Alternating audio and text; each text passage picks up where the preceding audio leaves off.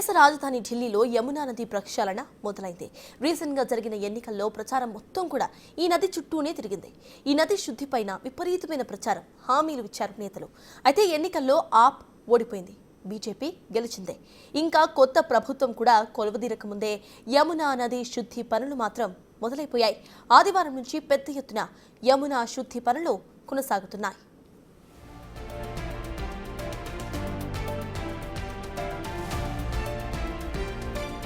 ఈ క్లీనింగ్ పనులను Delhi lieutenant governor వీకే సక్సేనా ప్రత్యక్షంగా పరిశీలిస్తున్నారు.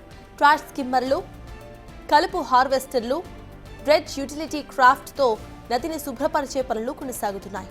3 ఏళ్లలో యమునా నదిని శుభ్రం చేయాలని ప్రణాళికలను సిద్ధం చేసుకున్నారు. అలాగే యమునా నదిలో వ్యర్థాలు కలవకుండా చర్యలు చేపట్టాలని ఢిల్లీ పొల్యూషన్ కంట్రోల్ బోర్డుకు లెఫ్టినెంట్ గవర్నర్ ఆదేశాలు జారీ చేశారు.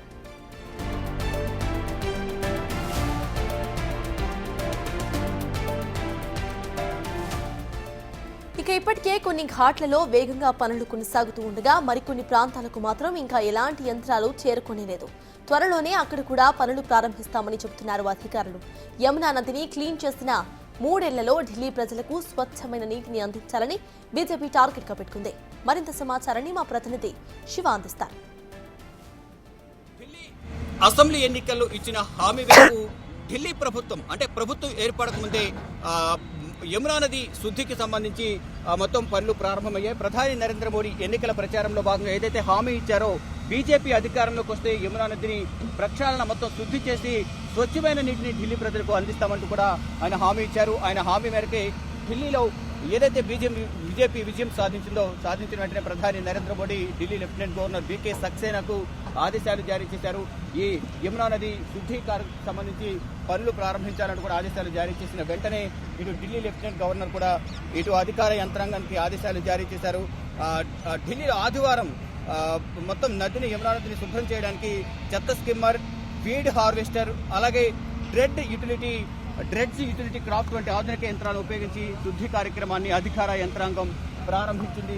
ఒకవైపు భారీ క్రెయిన్స్ ను ఈ చెత్త చెదారాన్ని బురదంతా కూడా వేస్ట్ బురదంతా కూడా మొత్తం ఒడ్డుకి తీస్తున్న విజువల్స్ ను మనం చూస్తున్నాం. మరోవైపు పారిశుద్ధ్య కార్మికులు ఏదైతే చెత్త చెదారం ఏదైతే ఉందో వేస్టేజ్ అంతా కూడా ఈ సంచుల్లో వేసుకుని వేరే ప్రాంతానికి అవి తీసుకువెళ్తూ ఉన్నారు.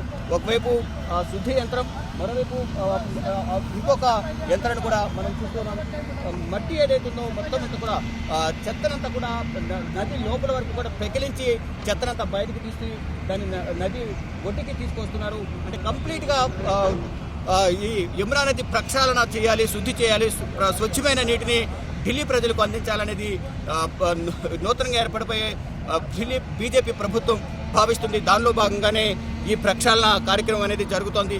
3 సంవత్సరాల వ్యవధిలోనే ఈ కార్యక్రమం ముగించాలి అనేది కూడా ఢిల్లీ ప్రభుత్వం భావిస్తుంది. దానిలో భాగంగానే ఈ అధికార యంత్రాంగం మొత్తం కూడా ఇక్కడ యమునా నది ఒడ్డున చేరుకుని ఇక్కడ అధికార యంత్రాంగం మొత్తం కూడా ఎక్కడికక్కడ ఈ పనులను ప్రారంభించారు. దానిలో భాగంగానే యమునా నది శుద్ధికి సంబంధించి ఎక్కడికక్కడ అధికార యంత్రాంగం నిమగ్నమై ఉంది.